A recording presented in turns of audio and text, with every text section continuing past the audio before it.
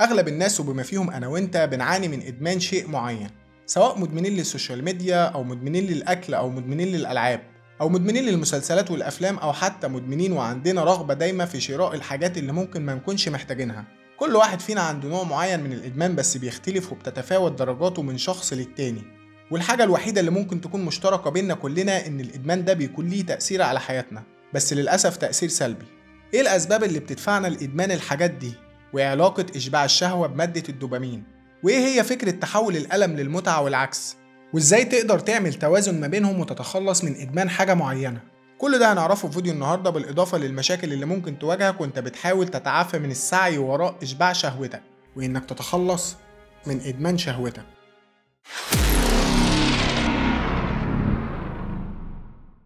خلينا نتكلم في البداية عن الأسباب اللي بتخلينا مدمنين، أو الحاجات اللي بتتسبب في إدمان الشهوة، أو إن يكون عندنا إفراط في إشباع النزوات.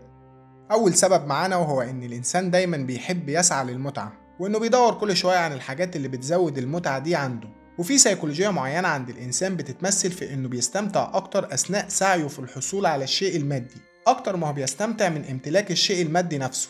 على سبيل المثال، لو شخص عاوز يشتري تليفون جديد، فالمتعة اللي هيحس بيها من وقت ما يفكر إنه عاوز يغير تليفونه مرورا بإنه يختار النوع اللي هو محتاجه، وكمان الوقت اللي هيستهلكه في إنه يروح يشتري التليفون، كل ده هيكون ممتع بالنسبة له أكتر من إنه يمتلك التليفون نفسه. والسيكولوجيا دي عند الإنسان ليها علاقة بمادة الدوبامين، واللي هنتكلم عليها كمان شوية. تاني سبب معانا وهو إن التقدم الصناعي بيتسبب في إن يكون عندنا اختيارات كتير، وكثرة الاختيارات دي بتتسبب في شعور متزايد بعدم الرضا. يعني فكرة إن الإنسان بيمتلك حاجة معينة وبيكون فيه دايما حاجات قدامه أحسن من اللي هو بيمتلكها، هتلاقيه دايما بيفكر في الاختيار الجديد، أو بمعنى تاني الاختيار اللي هو مش عنده. وحتى لو عنده الاختيار الأفضل هتلاقيه بيفكر في الاختيارات التانية. الفكرة هنا إن التقدم الصناعي والتكنولوجي خلى الإنسان دايما عنده اختيارات كتير جدا ومختلفة، وكل ما الاختيارات دي كتير وموجودة قدام الشخص ده، كل ما زاد بحثه عن المتعة اللي بتتمثل في سعيه في الحصول على الاختيارات دي. تالت وآخر سبب معانا من أسباب إدمان الشهوة وهو الفراغ. ببساطة، كل ما زاد الفراغ عند الإنسان كل ما توجه للاستهلاك المفرط. وطبعا لو الإنسان ما عندوش هدف في الحياة أو ما عندوش حاجة بيسعى ليها وشغلاه أغلب الوقت، ده هيتسبب في زيادة بحثه عن المتعة، أو بمعنى تاني الإفراط في إشباع النزوات، وإنه يشبع شهوته. وده هياخدنا للجزء التاني من موضوع النهاردة، وهو علاقة الشهوة بمادة الدوبامين. من غير ما أعقد عليك الموضوع، الدوبامين ده مادة موجودة في جسم الإنسان وبيتم إفرازها أثناء بحثه عن المتعة، مش بامتلاكه حاجة معينة زي ما قلنا في بداية الحلقة. ومادة الدوبامين بيتم إفرازها في جسم الإنسان بنسب طبيعية، وبرضه يتم إفرازها بمستويات مختلفة وعالية حسب النشاطات اللي بيقوم بيها الإنسان. يعني في نشاطات بتتسبب في إفراز مستويات عالية جدا من مادة الدوبامين، زي القمار والأفلام الإباحية والمخدرات. وفي نشاطات تانية بتتسبب في مستويات من متوسطة لمرتفعة، زي إدمان السوشيال ميديا أو الأكل أو المسلسلات. بس بشكل عام كل دي حاجات بتتسبب في إن مادة الدوبامين يتم إفرازها بنسب أعلى بكتير من المستوى الطبيعي اللي بيحتاجه الإنسان. ومن هنا بنروح لحاجة مهمة جدا في موضوع النهاردة، وهو الألم والمتعة. الألم والمتعة دول حاجتين بيتم معالجتهم في نفس المنطقة في دماغ الإنسان، فالإنسان اللي بيشعر بالألم لا يشعر بالمتعة، والعكس، كل ما زاد شعور الإنسان بالمتعة كل ما قل عنده الشعور بالألم. يعني لما الإنسان يتعرض لأي حاجة ممكن تسبب له ألم نفسي ويتجه بعدها إنه يزود المتعة من خلال أي وسيلة من وسائل الإدمان اللي قلنا عليها، هيقدر وقتها يتخلص من الألم، خصوصا لما بيتم إفراز مستويات عالية جدا من مادة الدوبامين. وده هياخدنا لفكرة تانية وهي التوازن. والفكرة دي بتقول إن المفروض يكون عندنا توازن ما بين الألم والمتعة. يعني مش لازم نسعى للمتعة بشكل مبالغ فيه لما نتعرض للشعور بالألم، وده علشان نتجنب حاجتين ممكن يمثلوا مصدر خطر كبير جدا للإنسان. الحاجة الأولى، علشان ما نفقدش حساسية المتعة البسيطة اللي بنستمتع بيها في الحياة، وبالتالي نضطر نبحث عن حاجات تانية مستويات المتعة فيها بيكون أعلى بكتير. على سبيل المثال، الشخص المدمن لنوع معين من أنواع المخدرات بتلاقيه بدأ يتعاطى نوع جديد نسبة المخدر فيه بتكون أعلى بكتير علشان يوصل لمتعة أكبر. وهكذا الشخص مدمن الأفلام الإباحية هتلاقيه بدأ يهتم بالأفلام اللي بيكون فيها التفاصيل أكتر، وده برضه بينطبق على أنواع الإدمان اللي قلنا عليها، اللي بتفرز فيها مادة الدوبامين بمستويات عالية جدا. تلاقي الشخص دايما بدأ يبحث عن حاجة مستواها أعلى بكتير من اللي هو متعود عليها، علشان يقدر في النهاية يوصل لنفس المستوى اللي هو متعود عليه من المتعة. الحاجة التانية اللي بتمثل خطر على حياة الإنسان، وهي ببساطة إن الشخص الطبيعي اللي عنده توازن ما بين الألم والمتعة بيكون عاوز دايما ما يحسش بالألم، وما يحسش في نفس الوقت بالمتعة أو اللذة المفرطة.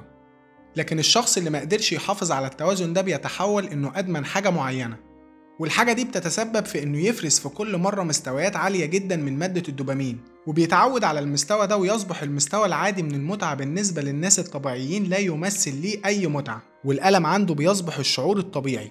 وده ببساطة لأنه مش بيشعر بالمستويات العالية جدا من المتعة اللي هو متعود عليها، وبيكون دايما حاسس بالألم ومتضايق، والحل الوحيد ليه إنه يحصل على نفس المستوى المطلوب من المتعة علشان يقدر يستعيد التوازن مرة تانية.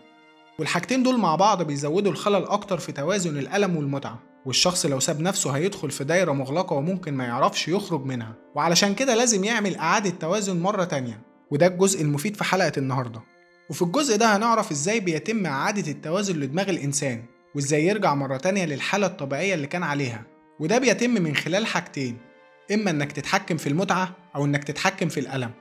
والتحكم في المتعة بيكون من خلال إنك بتحاول توقف النشاطات اللي بيتم إفراز فيها مستويات عالية جدا من الدوبامين لحوالي 30 يوم، وده بيكون من خلال 3 طرق. الطريقة الأولى وهي القيود المكانية. ببساطة بتخلق مسافة مكانية بينك وبين المتعة اللي بتحاول تحصل عليها. على سبيل المثال لو انت مدمن للسوشيال ميديا ممكن تحط التليفون بتاعك بعيد عنك في الفترة اللي ممكن تستخدم فيها التليفون بشكل كبير، أو إنك تبعد أو تحد من مقابلة الأشخاص اللي بيساعدوا أو بيكونوا سبب في إنك تمارس نشاطات معينة. تاني طريقة القيود الزمنية، وهنا أنت بتحدد وقت معين للمتعة اللي بتحصل عليها. على سبيل المثال لو أنت مدمن للمسلسلات والأفلام هتحاول تقلل المدة اللي بتضيعها في يومك في الفرجة على الحاجات دي علشان تقدر تقلل من تأثير المتعة دي على حياتك. أو لو أنت مدمن للسوشيال ميديا هتحدد وقت أقل من اللي أنت متعود عليه. الطريقة التالتة وهي القيود الارتباطية، وهنا انت بتتجنب النشاطات المرتبطة بالشيء اللي بيمثل ليك المتعة، وتشوف النشاطات اللي بتخليك بشكل غير مباشر ترجع للشيء ده مرة تانية. على سبيل المثال الشخص اللي بيكون مدمن للمخدرات يقدر يتجنب الأفلام أو المشاهد التلفزيونية اللي بيكون فيها مدمنين أو مخدرات بشكل عام، لأن مشاهدة الحاجات دي هتدفعه بطريقة غير مباشرة إنه يرجع مرة تانية للإدمان. ودول كانوا ال3 طرق اللي تقدر من خلالهم تتحكم في المتعة. نروح للحاجة التانية وهي التحكم في الألم. والتحكم في الألم بيكون من خلال استخدام نظرية الألم العلاجي، والفكرة هنا تعني ببساطة إنك بتزود تحملك للألم، وده من خلال قدرتك على الصبر في الوقت اللي بتكون فيه محتاج المتعة دي. وزيادة صبرك وتحملك للألم بيعيد التوازن لدماغك تدريجيا مرة تانية. زي ما قلنا في بداية الحلقة إن أغلبنا عنده نوع معين من الإدمان، بس مش دي المشكلة. المشكلة إننا مش بنقدر نتغلب على الإدمان ده ودايما بنسعى للمتعة ونجري ورا الشهوة. ومش بس كده، أغلبنا كمان بيكون عنده مشاكل نفسية تخليه ما يقدرش يتغلب على شهوته، وبالتالي ما يقدرش يتخلص من الإدمان اللي عنده. وعلشان نقدر نتغلب على المشاكل دي ونتخلص من الإدمان أو الإفراط في إشباع الشهوة عندنا 4 طرق. الطريقة الأولى ودي بتتمثل في إعطاء الأولوية للمكافآت طويلة الأجل، وده بيكون من خلال 3 حاجات أساسية. أول حاجة واللي فيها بتحدد التزاماتك، وهنا أنت بتشوف الحاجات اللي المفروض تعملها دلوقتي، الحاجات اللي مطلوبة منك وهتسلمها كمان كام يوم. بتحدد كل الالتزامات اللي انت مطالب بيها وسايبها ومتخيل انك هتقدر تلمها قبل ميعادها ب3 دقايق. هتفكر نفسك بيها وتبدأ فيها من دلوقتي. تاني حاجة وهي مقاومة التشتت.